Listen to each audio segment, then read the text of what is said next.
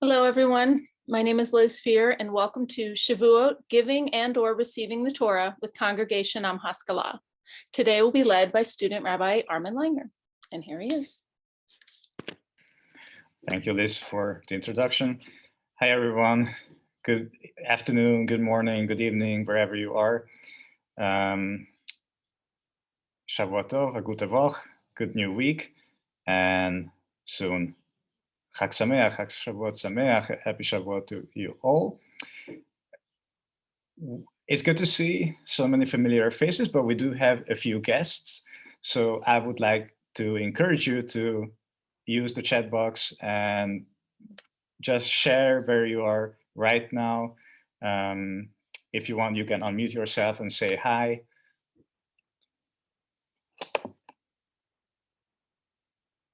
No pressure though. So.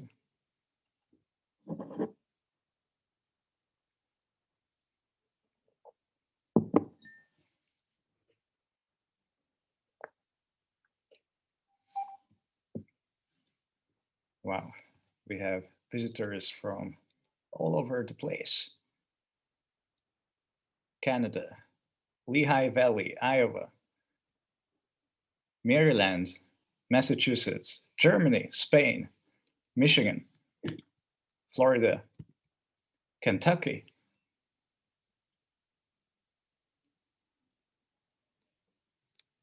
Welcome. So what we are going to do today is learn. And we are going to learn about Shavuot and more precisely about the idea of giving the Torah or receiving the Torah and what that notion means for us today. I'm very happy to see that so many of us joined us today to learn about this relevant topic. So welcome. Before we would start speaking about Shavuot, I actually want to speak about the counting of the Omer. This is a practice, this is a ritual which we have been doing for the past 7 weeks, for the past 49 days. And today is the last day when we are doing it, or I mean, ideally one does it after sunset, that is, one did it yesterday evening. But for those of you who haven't counted the Omer yesterday evening, now it's the opportunity, the last chance to count the Omer. Just to be sure we are all on the same page. Does anyone feel like telling us what the counting of the Omer is about? What is this ritual? What is this practice? Why are we counting the days between Passover and Shavuot? Or what does this counting look like? Feel free to unmute yourself and share whatever comes to your mind.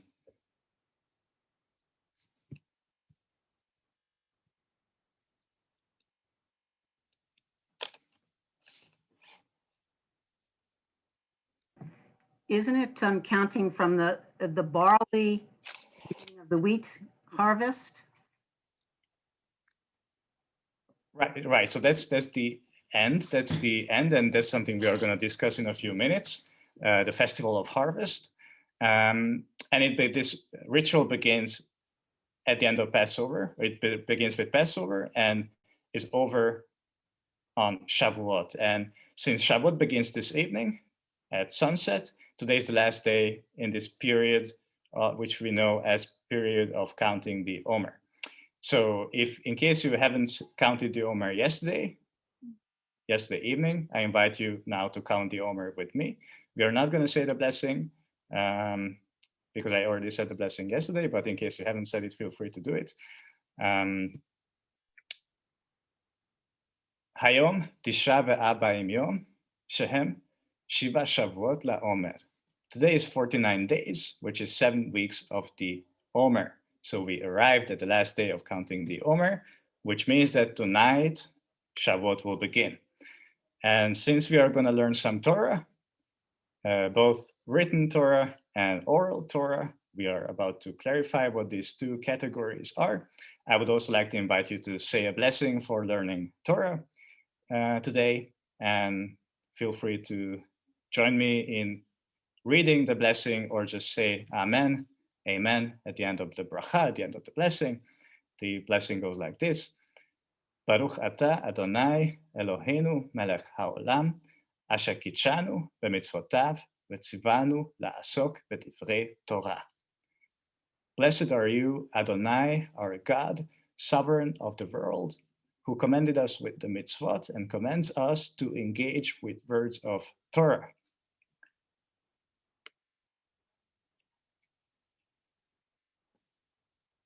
So the very first thing which I wanted to clarify today is the meaning of the word Shavuot. It's a very interesting word for a festival because it doesn't really say anything about the content of the festival or the holiday. Shavuot means literally in Hebrew, weeks.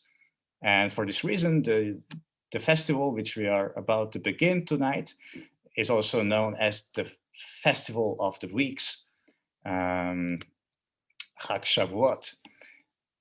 And where does this name come from? It goes back to the counting of the Omer. And the whole period which we just mentioned at the beginning of our shiur, of our session. We are now 7 weeks after Pesach, after Passover, Shiva Shavuot.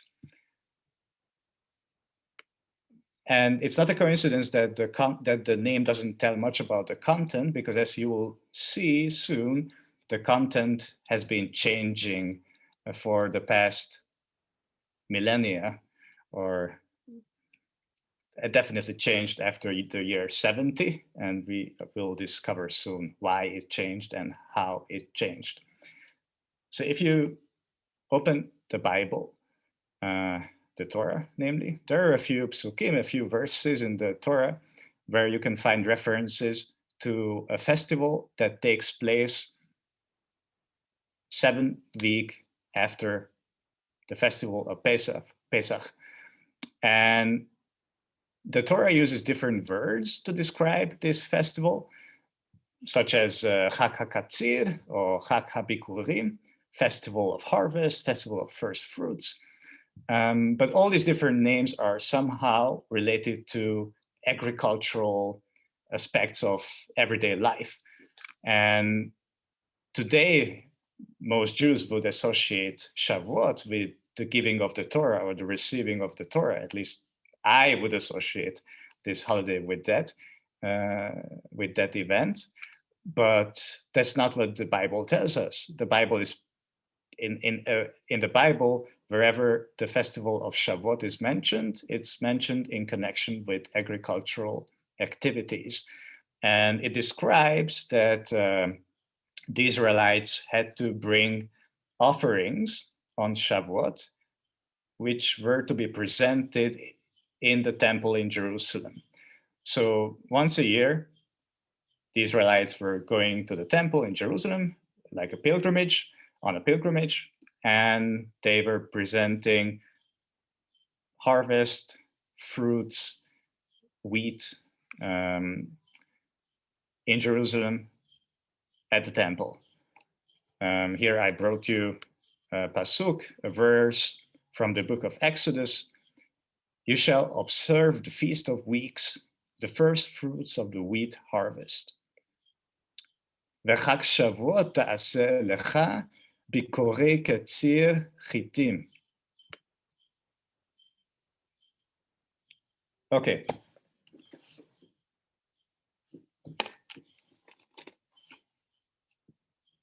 Is this what we are celebrating today? This is a rhetoric question because the answer is, of course, no, or more or less no. So what happened? Does anyone have an idea? How come that the Bible says that Shavuot is a festival of harvest, and today we are celebrating something different? Because we would come to bring the first fruits to the temple, and the temple isn't there any longer. So great. I would also encourage you, if you unmute yourself and say something, feel free to introduce yourself. I would love to know who you are. And Annette, I see you raise your hand. Yes, hi, I'm from Florida, South.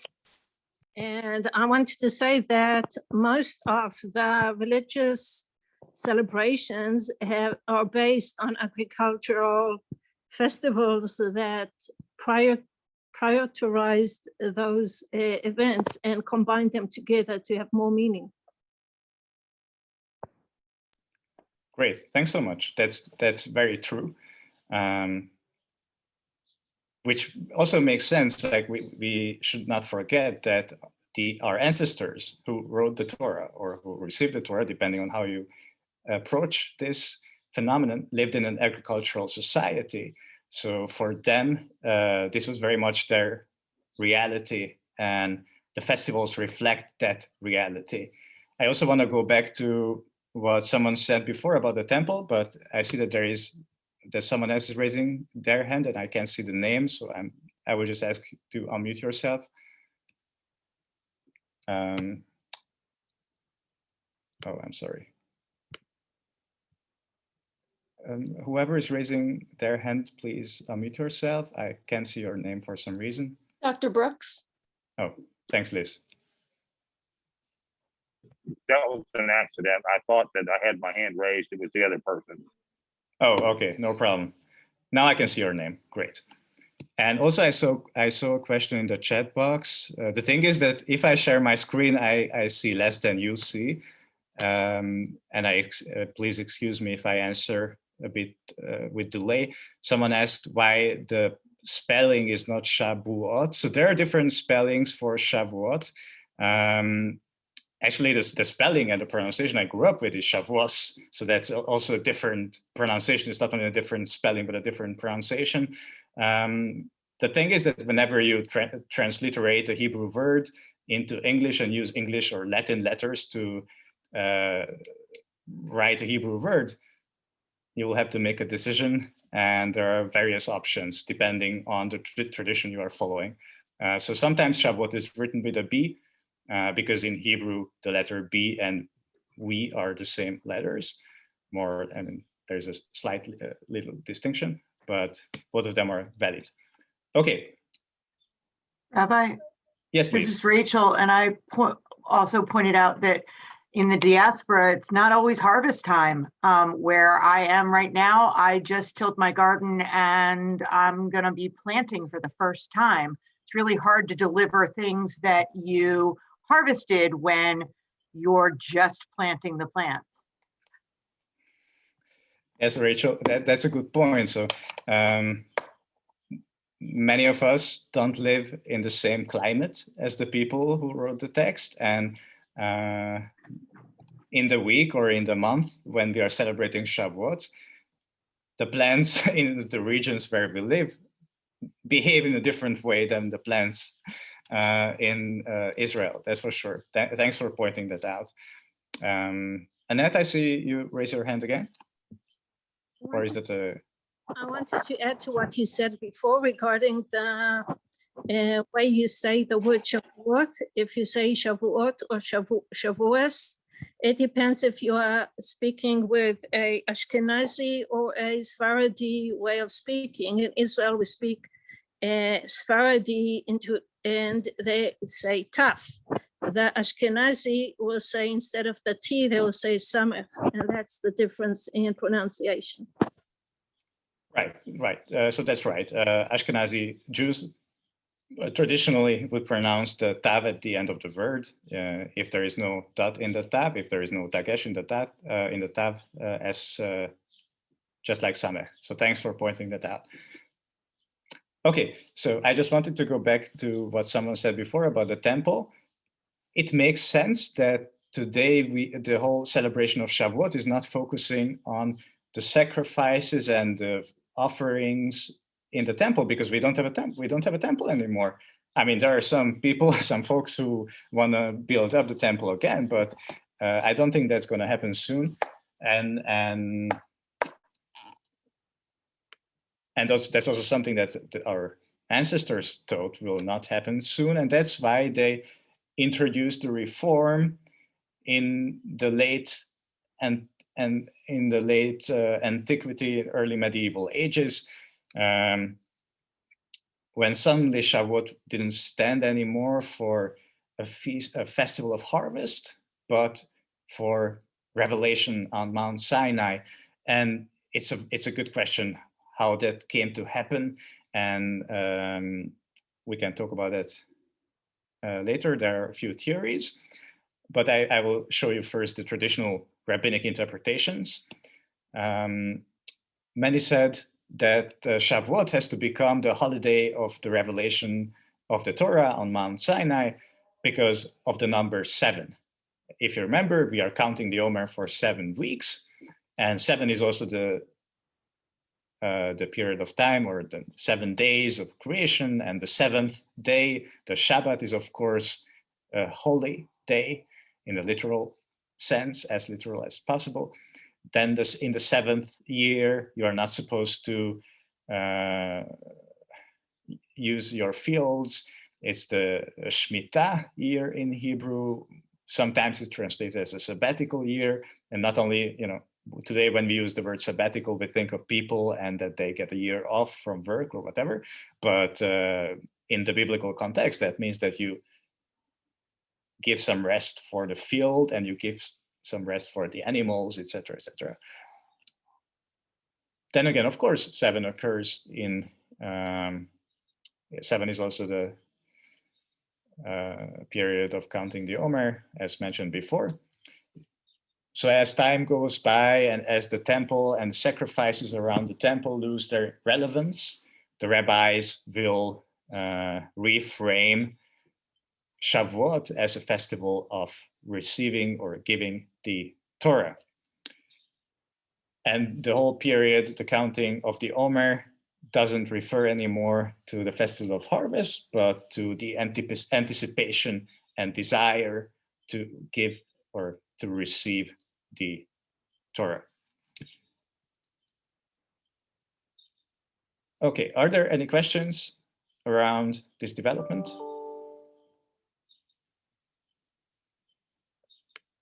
If not, there is now a question which I want to pose, and I would love to actually use the breakout rooms. A great thing about Zoom is that you can have breakout rooms.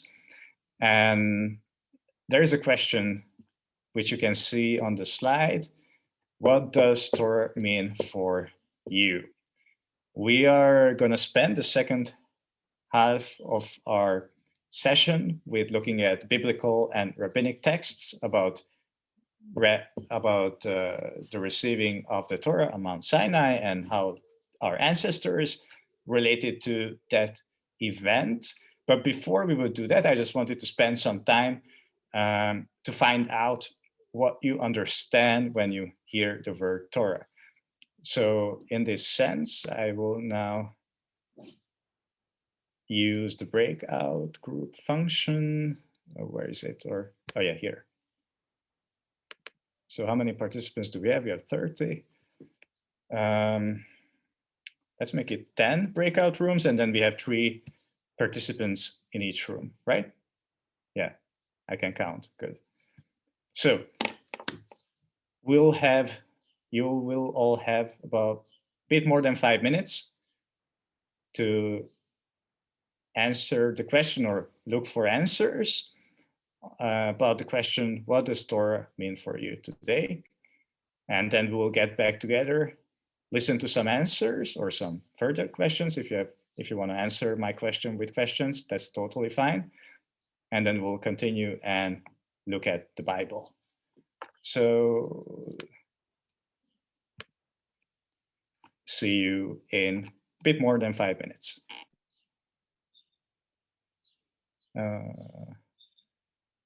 Do we still have some participants in breakout rooms? Or, okay, good. I hope you all had very fruitful discussions on Torah or recipes for cheesecake or anything else. I believe that recipes for cheesecake, that's also part of Torah, but we can discuss it later. I would love to hear some of the breakout groups, what were you speaking about? What do you understand when you hear the word Torah? I see that Adam is raising their hand. Hi. Well, the first thing that I raised was, what do you mean Torah? Because some people consider Torah to just be the 5 books of Moses, and some people consider Torah to be all canonical writings, going through Maimonides, and even some consider the Rebbe, the sayings of the Rebbe, to be part of Torah. So it depends on what. And I brought up the point that if you just look at the 5 books of Moses, I consider it more, while the person I was with, Wilma, said that it was the laws that are there. I said, yes, it's the laws, but I think of it as a quasi-historical document, and that really what I get out of the Torah in the broader sense of all the canonical writings is the moral grounding that really was way, way, way before even the alignment era. There's a lot of alignment concepts in the broader Torah, thinking of the Torah as all the canonical writings. Great, that's a great start, Adam. Thank you. Who would like to continue?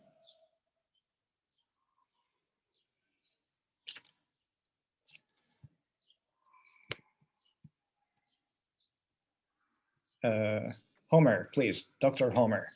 Yes, I was in room 5 with a young lady by the name of Vanessa, and we also had that very question as to what do you mean by the Torah? Whether you mean the Halash, the first 5 books, or the oral Torah as well. But regardless, we've vacillated in our answer from not knowing what it means to us to specifically knowing what it means to us, to looking at it as a book of ethical standards. So that's kind of where we were. Great, love that. Rachel, I see you raise your hand. This was group 4, and I was with Nicolene and I'm sorry if I pronounced either of your names wrong. So we started out talking about the fact that it's allegory. It's not, something that was handed down in mass as a thing, or 100% truth or anything like that, but that it also helps us sanctify our time, and get comfortable with and get to know our family that we kind of should have listened to when we could have, and connect with our ancestors. So it's that part is a very important part for us, the connecting with our ancestors. That's great. Thank you for sharing. Homer, you still do you want to raise your hand, or you just left your hand up? I must have left my hand up. I'm not good at okay, good. Hand down. Sorry. No there problem. It goes. Thank you. Great, thanks. Just wanted to make sure.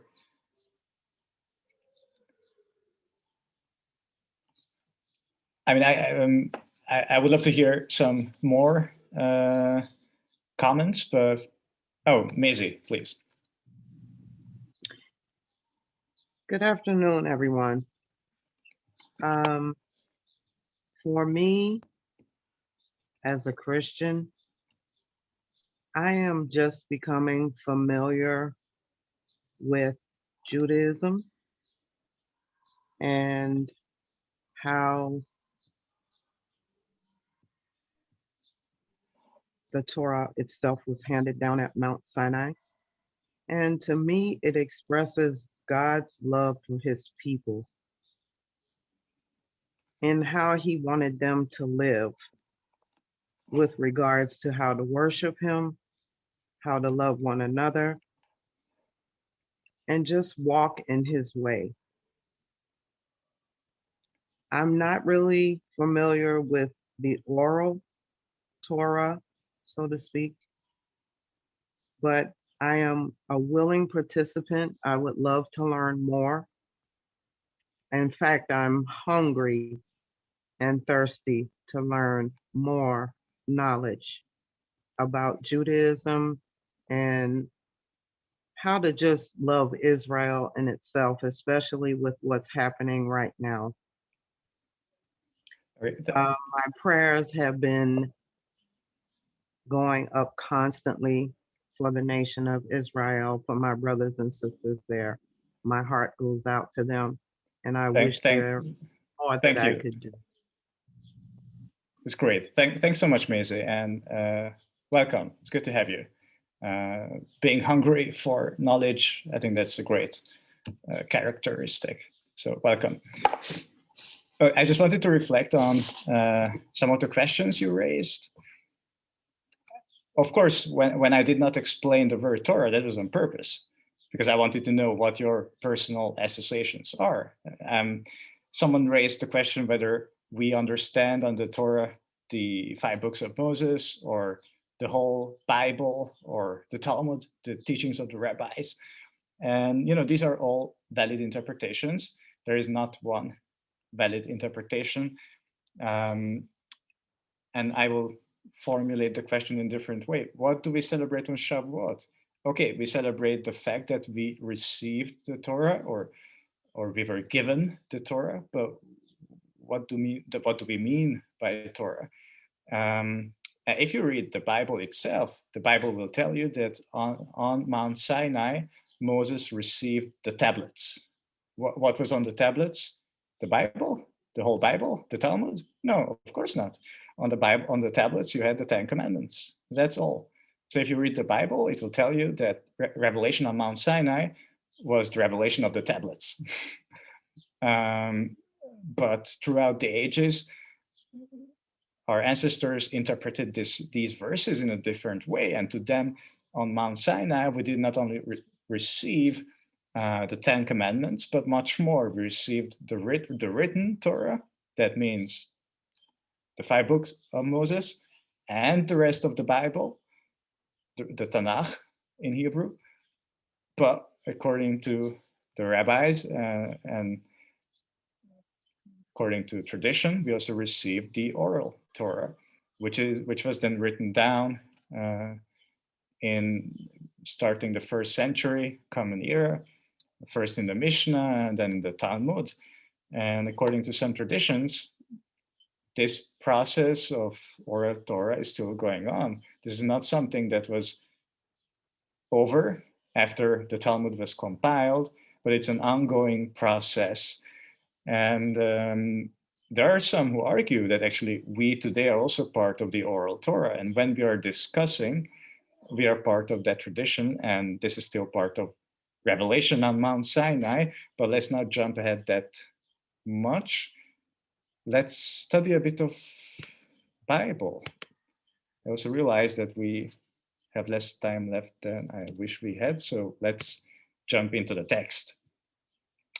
What we are going to do now, we are going to focus on 2 verses from the book of Deuteronomy, Sefer Devarim, where we can read about revelation on Mount Sinai. First, we are going to read the text from the Bible, and then we are going to spend a few minutes with a rabbinic interpretation of this biblical text, and then discuss further. So the question is, who is receiving the Torah, and what does that mean for us today? I need a volunteer to read the text either in Hebrew or English or both.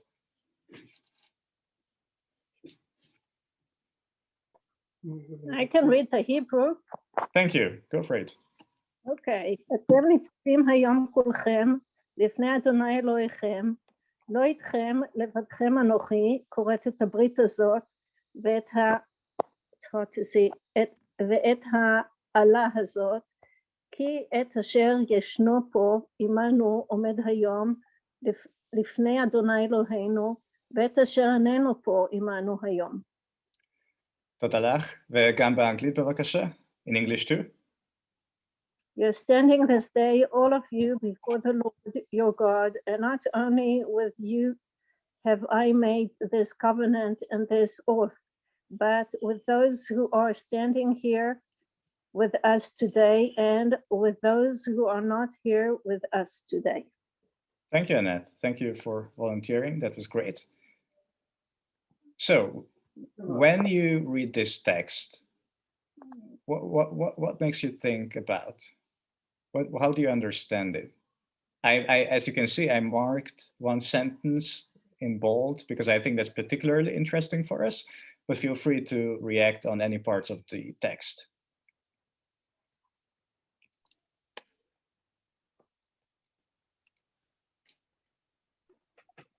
I It's think the it's, covenant.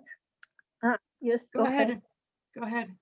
I say it's a covenant for generations to come as well as the generation that received it, meaning that it's an ongoing connection and that it will never be stopped as long as we don't stop it. Great. I love that.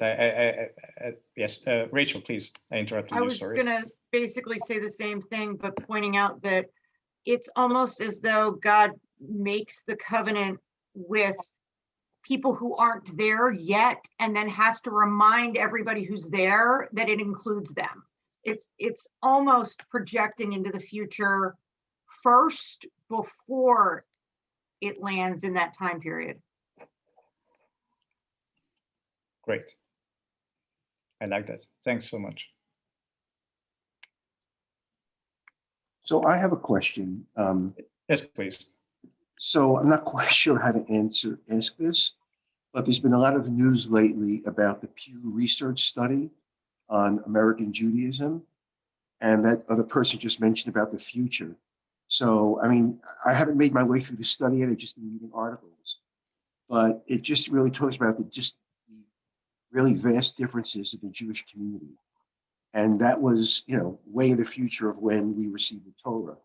But if you did a Pew study when the Torah was received, I mean, how different would it be than the Pew study of today in terms of where we've been, how we've managed over these thousands of years? Because, like I said, the findings of that Pew study are kind of amazing.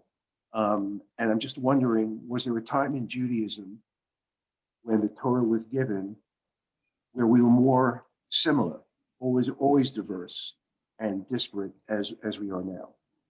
So I'm just curious if you can respond to that in some way. That's a really good question. I would open the floor if anyone feels like reacting. Feel free to do that. I would probably think that in modern pluralistic societies like ours, it's easier to have diversity within the community than in a theocratic system, what our ancestors had more than 2,000 years ago when this was written and practiced. But I see that Annette is raising her hand. Yeah, I wanted to say that when we left Egypt, we left with a multitude of others. So from the beginning, it wasn't just one people. And during the generations, we kept very isolated. And it's the saying, a famous one that was said by Echad Am. He said that more than the Shabbat kept us, more than we kept the Shabbat kept us, meaning we kept to ourselves and we had laws that separated us from others. Not only that we did it, also the others kept us separated from them and distinct. And nowadays we are much more assimilated and much more since for about 200 years now, since the Enlightenment and Jews studying in universities and coming out of the shtetl into the world, and things have been changing. And I think that the Torah and the interpretations have been changing as well and adapting to reality like the Reform Jews. Yes. Thank you, Annette, for raising that point.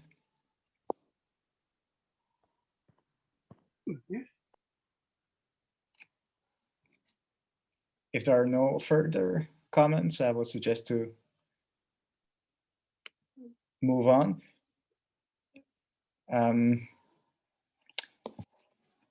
So if you remember, we just read a quote from Deuteronomy where we read the sentence that, let me just quote it exactly. And not only with you have I made this covenant and this oath. And now we are going to take a look at a rabbinic commentary on this particular verse in the Torah. This commentary, we are not sure exactly when the book or when the rabbi who is attributed with writing the book, Rabbi Tanchuma, lived, but the first copy of this book we know is from the 8th century, Common Era. So anyway, this is a book which is definitely later than the Torah. And now I would like to ask someone to read how Rabbi Tanchuma understood this pasuk, this verse from the Torah, especially the part about not only with you. If there are any volunteers, English is perfect. So feel free to read only the English and not the Hebrew. I can. And not only with you, our Abba who said in the name of our Samuel Bar Nachmani. Why does it say those who are standing here and with those who are not here without using the word standing for the latter group? Because all the souls were there, but their bodies had still not been created. Thank you, Jane. I would argue that this rabbinic interpretation of the biblical verse suits very well our interpretation of what we just said before. That the authors of the Bible were emphasizing that revelation is something ongoing and happening in the future as well. But I would love to hear your impression too.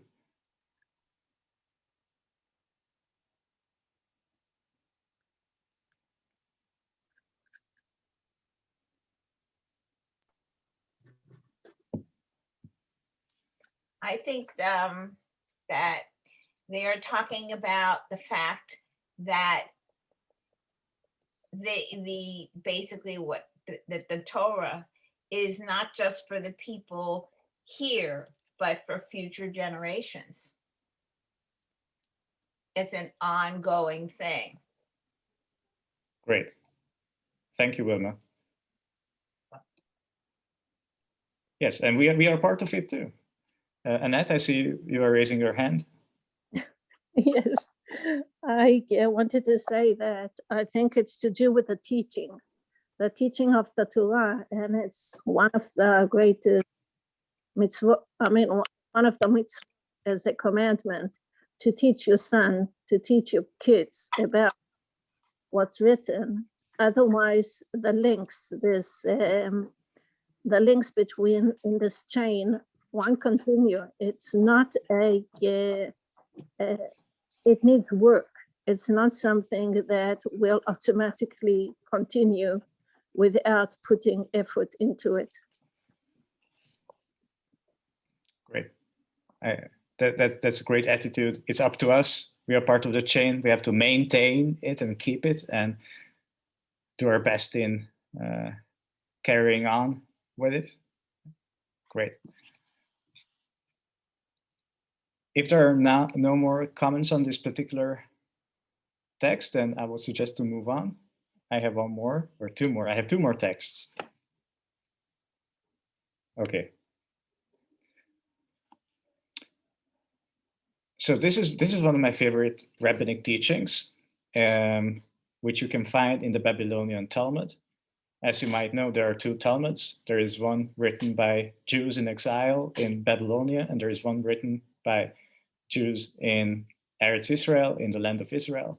Both of them are from around the 4th, 5th, 6th century Common Era. This particular story is recorded in the Babylonian Talmud, which tells the moment when Moses went up to Mount Sinai to receive the tablets or the Torah. And this is a discussion which Moses had with God before receiving the Torah. Again, I would like to hear someone read it.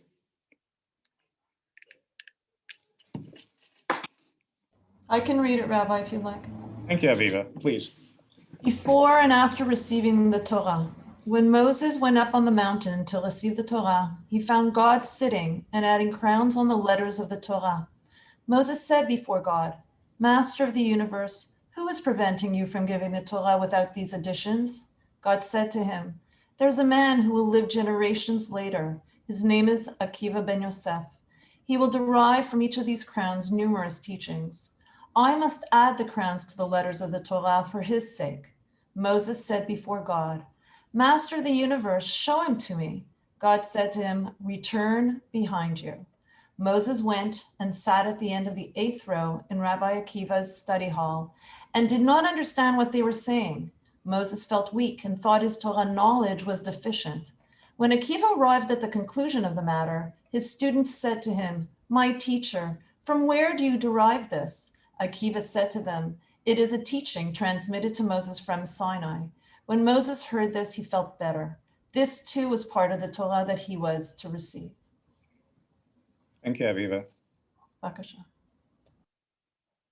Just to make sure that we all understand what's going on. At the beginning of the story, the authors mention God adding crowns on the letters of the Torah. What are these crowns?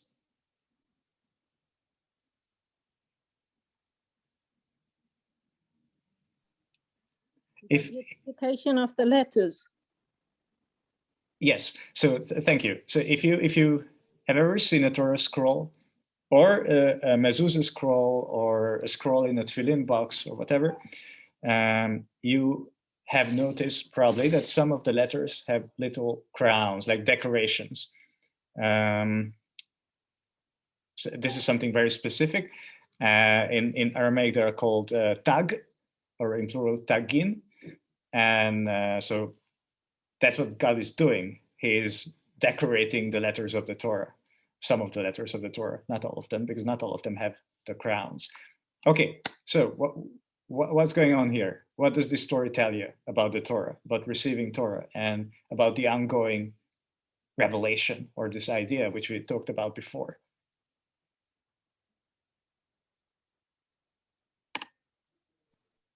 It's not just ongoing, but it's changing to the point of being unrecognizable to Moses. Great. I like the way you put it. It's evolving, right? And not even Moses, the person who receives the Torah, understands it, or at least understands the way the coming generations interpret it. And I think that fits very much into what we said before, that if we look at the Bible and how the Bible depicts the festival of Shavuot, it's a festival of harvest and fruits, first fruits of the year, etc. And for us, it's the festival of receiving Torah. So that's also one example of how our civilization has been evolving for generations, and the same is happening in the oral Torah itself. In the Talmud describes that the interpretations around the Torah have been evolving for generations. And here you have Moses, and he doesn't get it, what's going on. He's in the study hall of Rabbi Akiva. He is listening, and he doesn't get what's going on. So that's one of the reasons why this is one of my favorite midrashim, one of my favorite rabbinic stories, because it fits so well into also a scholarly approach to Judaism that will declare that Judaism is an evolving civilization. That's also something that our ancestors knew. Rabbi, can I say something? If you don't Of course, Aviva, please. So, as Steve was talking about diversity, I was thinking about when I arrived to the Reconstructionist synagogue that I'm a member of, within our Siddur, we don't pray anymore that we are the chosen people. we don't say that anymore. Actually, we talk about that, you know, if we're doing the prayer before reading the Torah, we say, God who has distinguished us for divine service. So we don't say we are chosen. And I think I like that very much because it means that we are more inclusive and we are not the ones, we are including others. And to me, that shows diversity, inclusivity, and I love that. For me personally, I really love that very, very much. Yes, thank you, Aviva, for sharing. Yes, so definitely in liberal Jewish movements, there is an emphasis on inclusivity, and that's also something that we can see in liturgy. And not only in the liturgy of the Reconstructionist movement, but also in the liturgy of the Reform movement, in the Conservative movement, or parts of the Conservative movement, Renewal as well. And I'm pretty sure there are also Orthodox communities, some modern Orthodox communities that work on this issue. To give you another example, we all know the prayer Ose Shalom, or most of us know the prayer Ose Shalom, one of the most popular and common prayers that's said daily at least 3 times. And traditionally, that's a prayer which is said for the peace of the people of Israel, and it's a prayer for Jews and for their well-being. But in many communities across the globe, including liberal communities, Reconstructionist communities, we also pray for the well-being of other peoples, for every single being on earth. We don't always say, Yaseh Shalom Aleinu V'Kol Israel, bring peace upon us and Israel, but we also say, V'Kol Bnei Adam, or V'Kol Yoshvei Tevel, and to every human being or every creature or inhabitant of the earth. So thanks for raising that point. And I see that Annette is raising her hand too. Yes, to another subject that you were talking about, the connection between the first fruits and the Torah. Suddenly occurred to me that it is the sustaining of the body and the sustaining of the mind, of the spirit. Without the one, you don't have the other. And of course, the first one is the body, because that's in the hierarchy of survival. Once that's filled, you can go to the second one, which is the spirit, and develop and sustain that one. So suddenly occurred to me the connection between the two. Thank you, Annette, for sharing. That was great. Haven't thought of that before.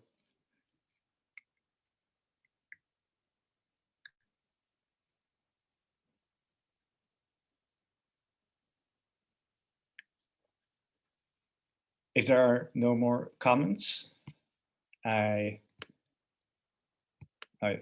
brought another source which I wanted to share with you today. This is kind of a closing quote, but it's also an opportunity for us to discuss more about the relevance of Shavuot for us today. This is a quote by Rabbi Jacob Staub, who just retired from teaching. He was a professor at RRC, at the Reconstructionist Rabbinical College, for, wow, 4 decades, or maybe even more than that, maybe 5 decades, I'm not sure. We have to ask him. But he is certainly one of the most influential contemporary Reconstructionist thinkers. He wrote or co-authored the book, The Guide to Jewish Practice, which I can recommend to all of you.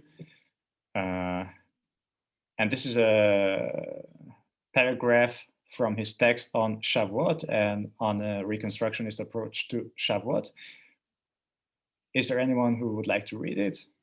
And then we can discuss. Liz, I see you raise your hand. Go for it.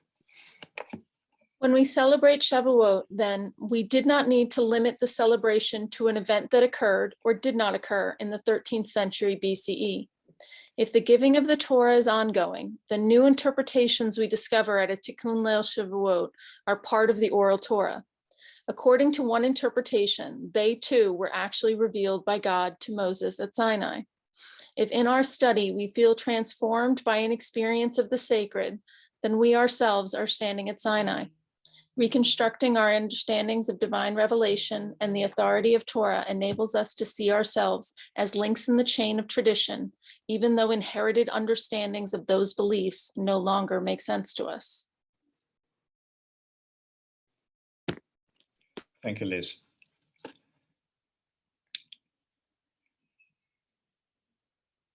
Any reflections, questions, comments, critique?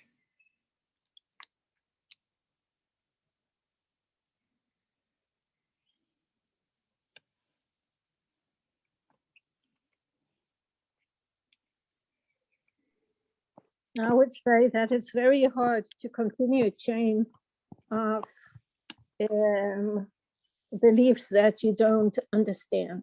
And without understanding, you won't continue.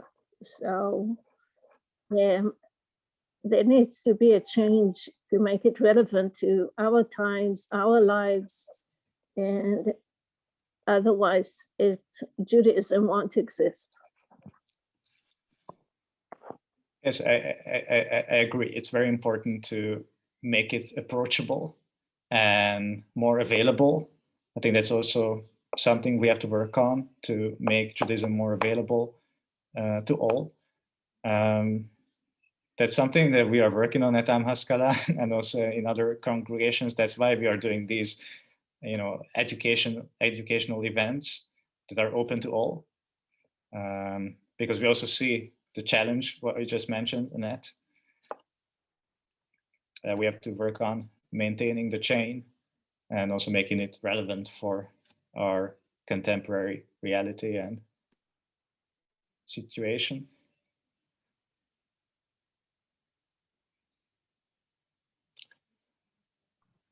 I think it's interesting that Judaism has such a fluid interpretation of time. The concept of all souls being created at one point in time, but that Moses going to the study, it's almost like time is fluid. We can interchange and interact with past and future. It's a really nice concept. Yeah, I mean, Jane, we kind of do that throughout the Jewish year. At Passover, for instance, we are supposed to feel as if we would have escaped Egypt personally. On Shavuot, we are supposed to feel as we were about to receive Torah. We are anticipating receiving the Torah. And as you know, there's this tradition to stay up all night on Shavuot evening, which is also known as Tikkun Day Shavuot. That's actually a Kabbalistic tradition, or it's a tradition that goes back to the Kabbalah, because according to the Kabbalists, when revelation on Mount Sinai took place, the Jews were asleep and they didn't pay attention, they didn't stay up. So now every Shavuot, every year, we are supposed to stay up, according to the Kabbalists, and receive Torah in the morning.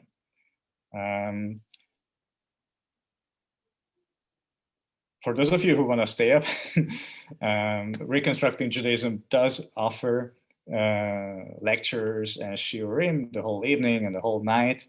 You can go to reconstructingjudaism.org and join any of the lectures or events.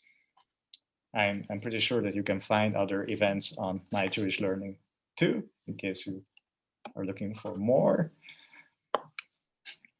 And thanks to Zoom, you can really just drop in anywhere, no matter if it's on the West Coast or the East Coast or in Singapore.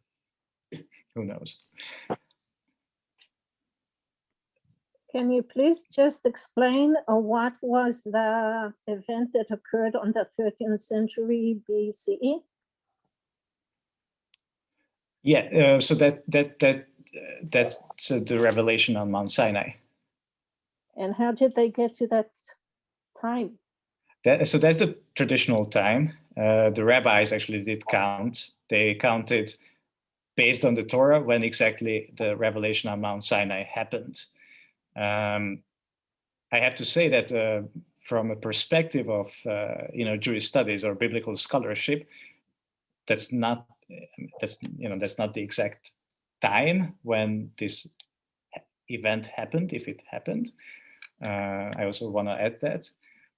But according to our tradition, revelation on Mount Sinai took place in the 13th century before Common Era. So why didn't you say it according to the Hebrew calendar, 5,000, whatever, I don't know what the year is today.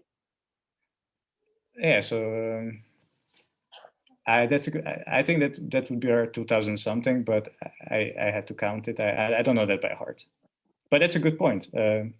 We can look it up for the next time. Thanks for raising that.